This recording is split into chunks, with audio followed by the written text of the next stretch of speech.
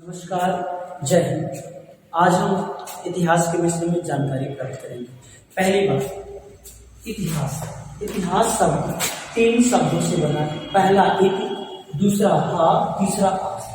इत का अर्थ होता है इस प्रकार, हा का अर्थ होता है निश्चय और आस का अर्थ होता है घटना जो घट चुकी हो। तो इस प्रकार इसका पूर्ण अर्थ जाता है इस प्रकार, निश्चय ही या इसको वास्तव में ही कह सकते हैं। हा का दो जाता है वास्तव या निश्चय, वास्तव में या निश्चय। इस प्रकार निश्चय जो घटना घट चुकी है उसका मतलब होता है इतिहास। अंग्रेजी में अगर जाए तो इतिहास का मतलब होता है इंक्वायरी या पूछताछ, है ना। तो अब आगे इसकी भूमिका के बारे में।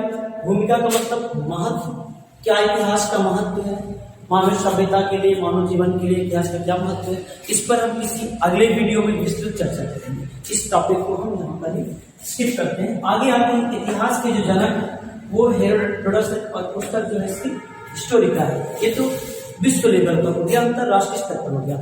हम राष्ट्रीय स्तर पर बात करें, भारत में इतिहास की नींव कब से पड़ी या कहां से हम इसको समझ पाते हैं, तो हम समझ पाते हैं हमारे पास 4 महत्वपूर्ण तिथियां, इन तिथियों को याद करेंगे। पहली हमारी 1861, जिसमें भारतीय पुरातत्व के सर्वेक्षण नियुक्त किए गए कनिंघम, अलेक्जेंडर कनिंघम। दूसरे 1863 ये डेट है, इसमें अनुसंधान कार्य शुरू हुआ कनिंघम के नेतृत्व में। तीसरा आया 1871, ये तीसरी डेट है जिसमें भारतीय पुरातत्व विभाग बना। बहुत महत्वपूर्ण डेट है। 1871 में भारतीय पुरातत्व विभाग बना, ये बहुत ही महत्वपूर्ण डेट है। उसके बाद आते हैं 1901 में जॉन मार्शल को महानिदेशक नियुक्त किया गया भारतीय पुरातत्व सर्वेक्षण विभाग। भारतीय पुरातत्व सर्वेक्षण विभाग का महानिदेशक नियुक्त किया गया, इसको जॉन। इसी के साथ 2 जानकारी और प्राप्त करेंगे। हम पहली जानकारी प्राप्त ये करेंगे कि हमें इतिहास की जानकारी जिन स्रोतों से मिलती है उन स्रोतों को हम कहीं ना कहीं एक जगह पर सुरक्षित रखते हैं। उस रखने वाली जगह का नाम संग्रहालय होता है। जैसे विश्व स्तर पर हम बात करें, अंतरराष्ट्रीय पुरातत्व संग्रहालय जो है वो डेनमार्क की राजधानी कोपेनहेगन में है। कोपेनहेगन में अंतरराष्ट्रीय पुरातत्व संग्रहालय स्थित है। और भारत में अगर बात करें, भारतीय जो पुरातत्व संग्रहालय का नाम है राष्ट्रीय मानव संग्रहालय, जिसका वर्तमान नाम बदल के इंदिरा गांधी मानव संग्रहालय तक दिया गया है। ये भोपाल में स्थित है। इसमें पुरातात्विक स्रोत से जो भी उपकरण मिलते हैं, अभिलेख मिलते हैं, उनको रखा गया है। अब आगे बात करते हैं कि हमें इतिहास की जानकारी कैसे मिलती है। इतिहास की जानकारी के लिए हमारे पास 3 स्रोत हैं। पहला स्रोत हमारा आता है पुरातात्विक स्रोत, दूसरा हमारा आता है साहित्यिक स्रोत और तीसरा हमारा आता है जो भी विदेशी यात्री आते हैं घूमने के लिए अपने देश में किसी देश में, तो वो एक यात्रा वृत्तांत को अपनी पुस्तक में लिख देते हैं और उनकी वो पुस्तक आज भी हमारे पास मौजूद है और उससे हम लोग जानकारी प्राप्त कर लेते हैं। तो पहला जो पुरातात्विक स्रोत होता है, इसका क्या मतलब होता है, जब किसी स्थल के विषय में जानकारी मिलती कि वो स्थल काफी पुराना है तो वहां पर खुदाई होती है। उस खुदाई में जो भी चीजें पाई जाती हैं उनको हम लोग बोलते हैं पुरातात्विक स्रोत। जैसे हम बात करें पुरातात्विक स्रोतों में क्या आता है, अभिलेख आते हैं। जैसे हमारे पास शिलालेख हुआ, गुफा लेख हुआ, ताम्रलेख हुआ, भित्ति मतलब दीवारों पर लिखा हुआ लेख मिलता है। मृदभांड पाए गए हैं, मिट्टी के बने बर्तन जिनको मृदभांड कहते हैं वो पाए गए, आहस सिक्के व मुहरे पाए गए, प्रशस्ति आदि पाया गया। ये सभी हमारे जो स्रोत हैं जिनको हम लोग बोलते हैं पुरातात्विक स्रोत। अब दूसरी बात आते हैं साहित्यिक स्रोत, लिटरेचर। ये आर्कियोलॉजिकल सोर्सेज हैं और ये लिटरेचर है। लिटरेचर में बात करते हैं, 2 पार्ट में बात करते हैं। इसमें हमें जो साहित्यिक स्रोत हुए, एक धार्मिक प्राप्त हुए, दूसरे गैर धार्मिक प्राप्त हुए। धार्मिक में अगर मैं बात करूं तो महाभारत हुआ, रामायण हुआ। अगर हम बात करें अंगुत्तर निकाय की या सूत्र पिटक की बात करें, सूत्र पिटक की या कुरान या बाइबल की बात करें, धार्मिक ग्रंथ है। ये धर्म विशेष धर्म की पुस्तकें हैं, यहाँ से मिलती है। आगे आते हैं, इनसे जानकारी भी हमें मिलती है इतिहास की, ठीक है। ये पूछा भी जाता है क्वेश्चन। आगे आते हैं गैर धार्मिक। गैर धार्मिक में आपको पता है कौटिल्य का अर्थशास्त्र, पंचतंत्र हो, राजतरंगिणी, ये पुस्तकें ये गैर धार्मिक है। इनसे भी हमें ज्ञान प्राप्त होती है जो इतिहास की। आगे आते हैं विदेशी यात्री आए, जैसे हमने कहा फाहियान आया, वेनसांग आया, है ना, भारत आया था ये। और उसके बाद जो 2 चीनी यात्री थे भारत आए थे, फाहियान और वेनसांग, इब्न बतूता, इससे मेगास्थनीज, है ना, ये क्या है, ये विदेशी यात्री हैं। इनकी पुस्तकें हैं जैसे फायान की, फोके की है, वेनसांग की, सीयू की है, इब्न बतूता की रहला है। ऐसे अलग अलग जो हमारे पास विदेशी यात्री हैं उनकी किताबें, उनसे जानकारी मिलती है इतिहास से। उसके बाद हम आते हैं, अब इतिहास पढ़ लिया तो इतिहास को हम लोग किस प्रकार पढ़ेंगे आगे, इतिहास का हम विभाजन करेंगे। इसका विभाजन हम देखते हैं, दो महान इतिहासकार हुए, एक है रॉबर्ट ब्रूस और दूसरे हमारे हैं क्रिश्चियन थॉमसन। रॉबर्ट ब्रूस ने इतिहास में जो हमें साक्ष्य मिलते हैं वो साक्ष्य दो प्रकार के होते हैं। उन साक्ष्य की बात करते हैं, लिखित होते हैं या तो पुरातात्विक होते हैं या तो यात्रियों का विवरण, तीसरा होता है। तो अगर जिस समय में, यानी जिस समय में हमें लिखित साक्ष्य नहीं मिलते हैं, केवल पुरातात्विक साक्ष्य मिलते हैं, तो रॉबर्ट ब्रूस ने लिखित और पुरातात्विक और ये जो तीनों स्रोत होते हैं, स्रोतों के आधार पर इतिहास को तीन भागों में बांटा है। पहला हमारा होता है प्राग ऐतिहास, दूसरा हमारा होता है आदि ऐतिहासिक और तीसरा हमारा ऐतिहासिक। तो प्राग ऐतिहासिक, आदि ऐतिहासिक, ऐतिहासिक, ये तीन काल विभाजन जो है रॉबर्ट ब्रूस महोदय ने की। दूसरा, अगर हम वहां पर पुरातात्विक जो एक प्रकार से देखा जाए धातुएं हैं, उन धातुओं के आधार पर क्रिश्चियन थॉमसन ने इन्हीं तीनों प्राग ऐतिहासिक, आदि ऐतिहासिक, ऐतिहासिक, इनकी जगह पर, इसकी जगह पर यूज किया है ताम्रयुग। इसको क्या कहा है, प्राग ऐतिहासिक को कहा है ताम्रयुग और आदि ऐतिहासिक को कहा है कांस्य युग, क्योंकि यहाँ पर कांसा मिला था, यहाँ तांबा प्राप्त हुआ था, ठीक है, और यहाँ पर ऐतिहासिक काल में मिला था लोहा। अब जब हम बात करते हैं प्राग ऐतिहासिक, प्राग ऐतिहासिक, फिर से देखते हैं प्राग ऐतिहासिक, आदि ऐतिहासिक, ऐतिहासिक, ये तीन कालक्रम है। प्राग ऐतिहासिक, इसकी बात करता हूँ। पहली बात कर लेता हूँ इनकी कालक्रम की, कब से कहां तक है। तो प्राग ऐतिहासिक अज्ञात काल है, जब से मानव धरती पर आया तब से लगा करके। अब बात करेंगे तो 1500 ईस्वी तक, सॉरी 1520 तक, ना ईस्वी, 20 यानी 20 ईसा मसीह के जन्म से 1500 वर्ष पूर्व तक का जो समय माना गया वो प्राग ऐतिहासिक। इसमें भी विवाद है और अनेक इतिहासकार अलग अलग पुस्तकों में अपने अपने मत रखते हैं, इसको देखना पड़ेगा ना, आप लोग भी देख सकते हैं, लेकिन विवादित है। दूसरा आता है आदि ऐतिहासिक, ये 2500 BC से 600 BC, ये अज्ञात काल से 2500 BC तक, मैंने 1500 बोल दिया था क्या, सॉरी 2500, अज्ञात काल से 2500 BC तक, ये 2500 BC से 600 BC तक, और ऐतिहासिक काल की 6वीं शताब्दी है, 2500 BC से 6वीं शताब्दी तक, और ये 6वीं शताब्दी से लगाकर आधुनिक हमारा इतिहास चलता रहता है, अभी तक भी हम इसे इतिहास बोलते हैं। आगे आते हैं, अब जब प्राग ऐतिहासिक काल पढ़ते हैं, इसका विभाजन जो होता है वो किसी किसी पुस्तक में आपको 3 खंडों में मिलेगा, तो किसी किसी किताब में वो 4 खंडों में मिलता है। 3 खंड इसके कौन कौन से, जो मैं बात करूँ प्राग ऐतिहासिक काल को, जिसको हम पाषाण काल कहते हैं। पाषाण काल जो होता है वो कहते हैं पूरा पाषाण काल, मध्य पूरा पाषाण काल और उच्च पूरा पाषाण काल, ठीक है। ये 3 खंड, पूर्व, मध्य और उच्च। पूरा पाषाण काल, मध्य पाषाण काल और उच्च पाषाण काल, ये 3 खंड का नाम याद रखना है। पहला है पूरा पाषाण काल, जो आगे चल के 3 भागों में बटेगा, जिसको हम नाम देंगे, ठीक है, पूरा पाषाण काल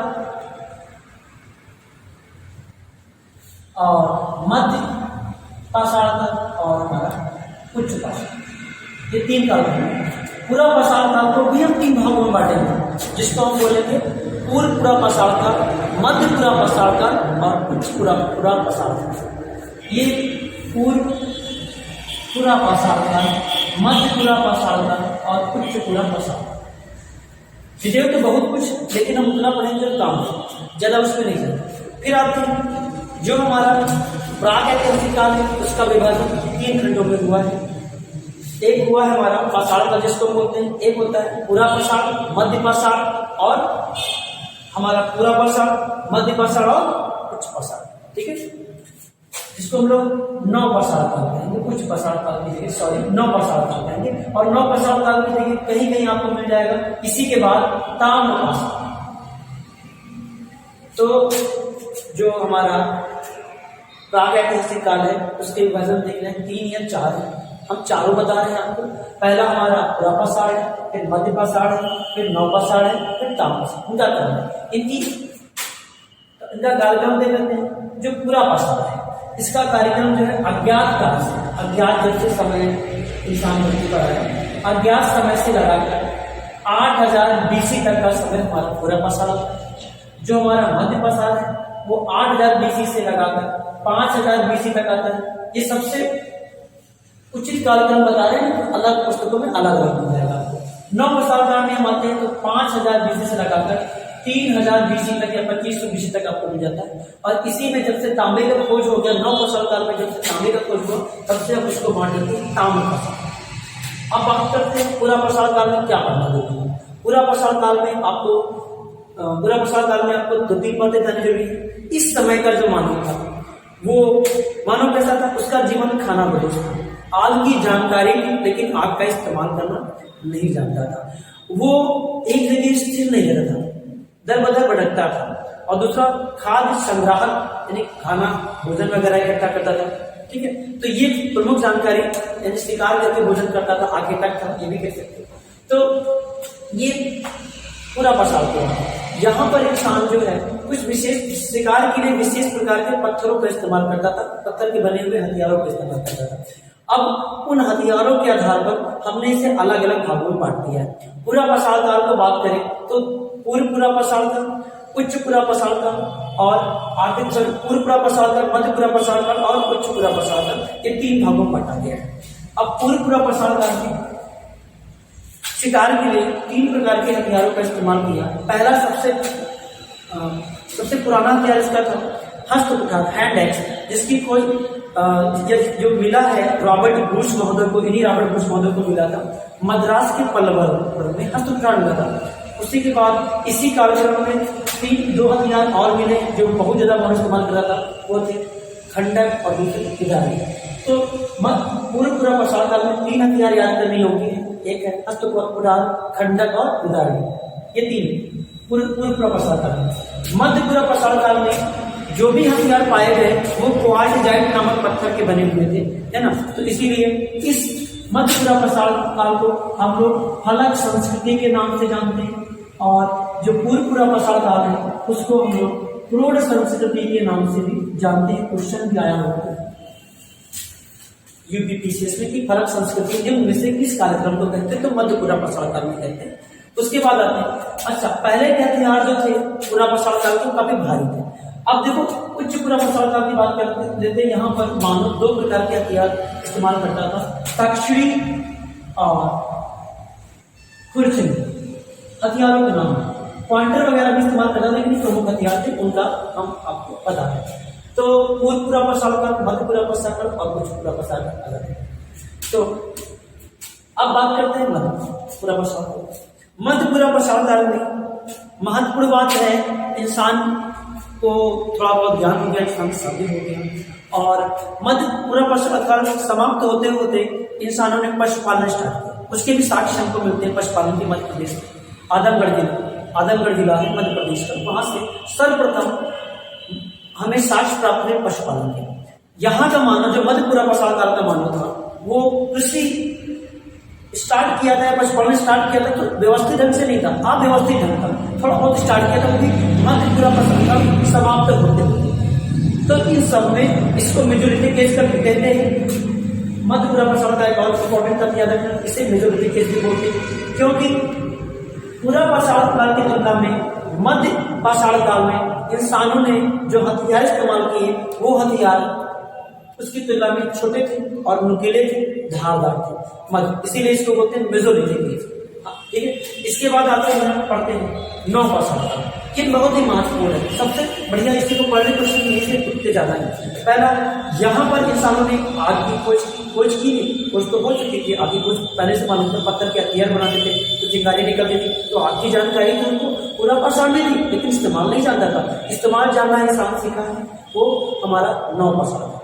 यहाँ पर सबसे महत्वपूर्ण उपलब्धि हुई आग के द्वारा, तो इंसानों ने आग, जब उसको मालूम चला कि आग के इस्तेमाल कैसे होता है, तो उसका जीवन खाना बदोश न करके एक जगह वो स्थिर हो गया। अब क्या करता था इंसान, यहाँ का कृषि व्यवस्थित ढंग से स्टार्ट किया, पशुपालन भी व्यवस्थित ढंग से स्टार्ट किया, और साथ साथ ही पहिए की भी खोज यहाँ पर नौपाषाण काल में हुई, तांबे की भी खोज नौपाषाण काल में हुई। ठीक है, इसके बाद ये बातें थी हमारी नौपाषाण काल। नंबर 1 पहिए की खोज हुई, आग की खोज हुई और कृषि भी सुव्यवस्थित ढंग से स्टार्ट कर चुका था और पशुपालन के स्टार्ट कर चुका था। सर्वप्रथम कृषि के जो साक्ष्य मिले वो पाकिस्तान की 2 पहाड़ियां, एक सुलेमान और दूसरी किरथल। सुलेमान हम लोग काराकोरम का ही भाग बोलते हैं, हिमालय का ही भाग बोलते हैं, लेकिन पाकिस्तान से सुलेमान की पहाड़ियां कहता है। सुलेमान और किरथल पहाड़ियों के बीच में एक जगह है मेहरगढ़। तो मेहरगढ़ में सर्वप्रथम गेहूं और जौ की खेती के साक्ष्य मिले हैं, अब से 7000 BC से।